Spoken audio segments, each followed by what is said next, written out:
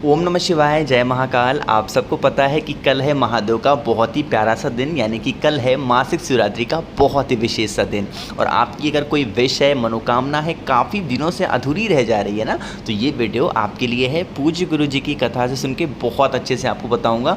बस बेलपत्र से आपको दूध की बूंद को चढ़ाना होगा महादेव के शिवलिंग के ऊपर, और आपकी जो भी विशेष होंगी, जो भी इच्छाएँ होंगी, पूरी ज़रूर होंगी, है ना। लेकिन सबसे पहले एक छोटी सी बात आपको बता दूँ कि अगर आप लोग महादेव क्या जो कथा है, महाशिव पुराण है, गुरुजी के मुख से सुनते होंगे, तो कल की ही कथा में गुरुजी ने 3 उपाय बताए थे, है ना। उन्हीं तीनों उपाय की बात इस वीडियो में हम लोग करेंगे, जो कि कल बहुत प्यारा सा दिन है इन उपाय को करने का, तो ज़रूर करिएगा, ठीक है। चलो सबसे पहले हम लोग उपाय की बात कर लेते हैं, जो मैंने स्क्रीन पर लिख रखा था। आपकी कोई भी विश है ना, सारी इच्छाएँ पूरी ज़रूर होंगी। देखो अब स्क्रीन पर आपको एक ग्लास में दूध दिख रहा है। कौन सा दूध है? ये है गौ माता का, यानी कि गाय का दूध। और गाय का ये है कच्चा दूध। कच्चा दूध का मतलब क्या होता है कि वो दूध जो गैस पे ना रखा गया हो, पकाया ना गया हो, ठीक है। इसी तरीके से दूध लेना, ठीक है। ऐसे नहीं समझ में आ रहा, ऐसे समझ लो कि आपको एक कटोरी में दूध ले लेना, ठीक है। दूध में क्या करोगे, एक कोई सा भी एक बेलपत्र इस दूध की कटोरी में डुबा देना, अच्छे तरीके से डुबा देना, ठीक है। डुबाने के बाद क्या करेंगे, उस डूबे हुए मतलब डूबे हुए बेलपत्र को दूध के साथ लेके चले जाना महादेव के शिवलिंग के पास। सुबह जाना चाहो सुबह जाओ, शाम को जाना चाहो शाम को जाओ, किसी भी दिन इस उपाय को कर सकते हैं ना।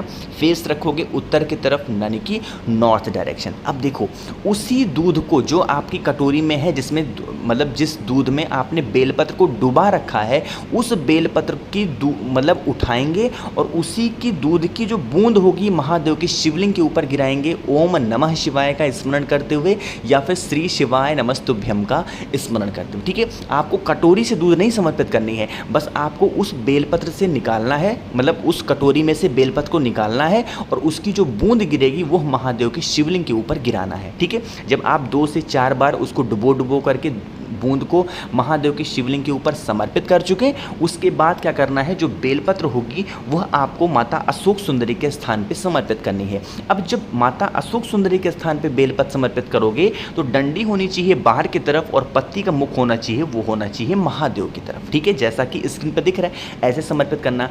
बाकी आपकी मतलब हाथ में जो दूध की कटोरी है, कुछ तो दूध में बचा होगा, तो जितना दूध बचा हुआ है श्री शिवाय नमस्तुभ्यम का स्मरण करते हुए महादेव के शिवलिंग के ऊपर समर्पित कर देना और आपको अपनी मनोकामनाएं कह देनी है, ठीक है। इतना करने के बाद 1 लोटा शुद्ध जल तांबे के लोटे से जिस जगह पे दूध समर्पित किया है उसी जगह पे समर्पित करना।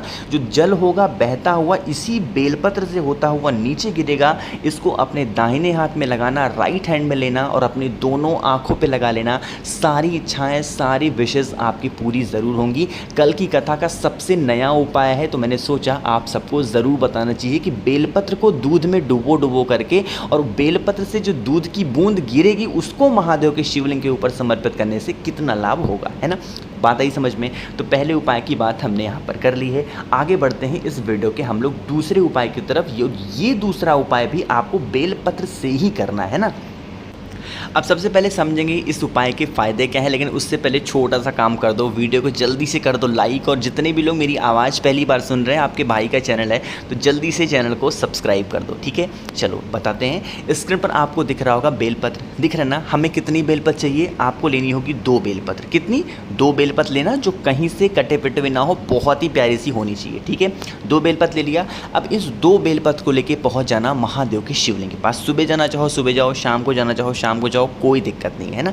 थोड़ा सा नियम समझेंगे यहाँ पर सभी बेलपत्र को समर्पित करने का। जो पहला बेलपत्र होगा वह आप समर्पित करोगे। ये जो स्थान होता है ये है माता अशोक सुंदरी का स्थान होता है ना।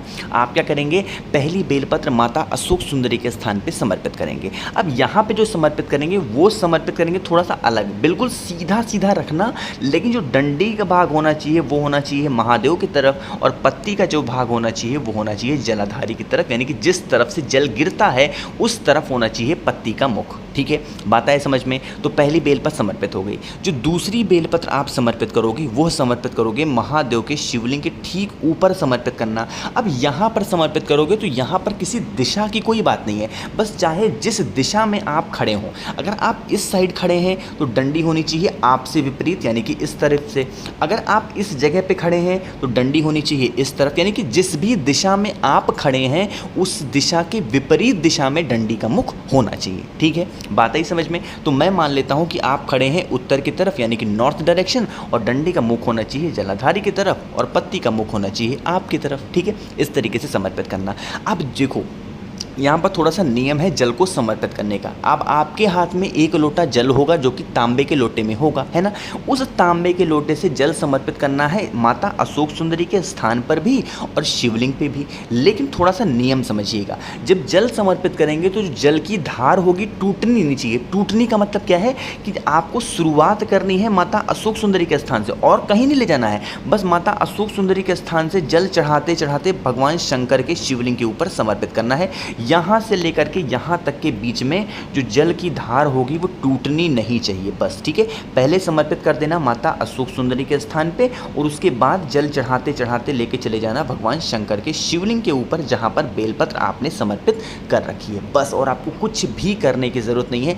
जो भी व्यक्ति इस तरीके से उपाय को करता है, कल की ही कथा में जो भोपाल में चल रही है गुरुजी ने बताया कि जो भी इस तरीके से उपाय करता है 3 महीने भी नहीं होते हैं उसकी जो भी विशेष होती हैं महादेव पूरी ज़रूर करते हैं और सारे कष्ट दूर कर देते हैं। ठीक है, समझ में आया क्या दूसरा उपाय। चलो आगे बढ़ते हैं इस वीडियो में। अब हम लोग तीसरे उपाय की तरफ, जो कि आपको करना होगा हल्दी से। आप कहोगे भैया हल्दी से तो हम करें, लेकिन इसके बेनिफिट क्या है, इसके फ़ायदे क्या हैं, इसकी भी बात कर लेते हैं। बिल्कुल करते हैं।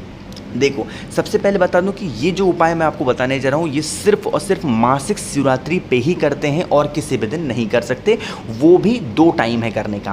पहला टाइम तो ये है कि या तो आपको रात को 9 बजे के बाद करना। कब? रात को 9 बजे के बाद। या फिर दूसरा टाइम है इस उपाय को करने का प्रदोष काल में। कौन सा टाइम है? प्रदोष काल में। दोनों में से किसी भी समय कर सकते हैं। स्क्रीन पर आपको दिख रहा होगा हल्दी, दिख रहा है। इसी तरीके से हल्दी की गांठ लेना, इसको अच्छे तरीके से पीस लेना।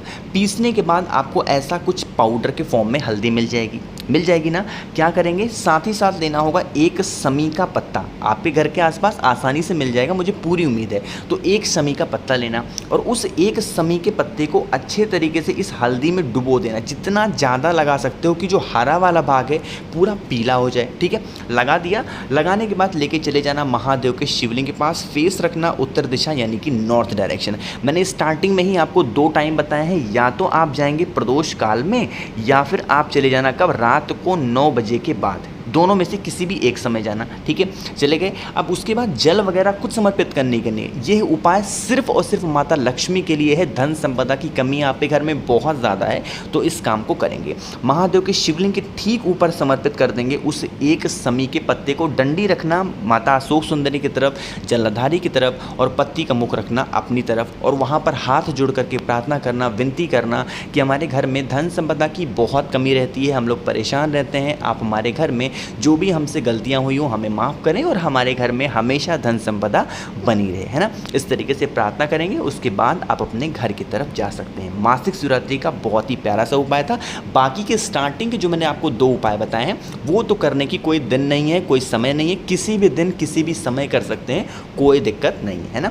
कोशिश की मैंने बहुत अच्छा समझाने की। तो वीडियो पसंद आई हो तो लाइक कर दें। कुछ पूछना हो, नहीं समझ में आया तो बिल्कुल परेशान ना हो, नीचे कॉमेंट में पूछें। और मुझसे फ़ोन में बातें करनी है तो इंस्टाग्राम पे फॉलो कर लो द नेचुरल प्लैनेट 108। और आवाज़ जो भी लोग पहली बार सुन रहे हैं चैनल को सब्सक्राइब करेंगे। ओम नमः शिवाय, जय महाकाल।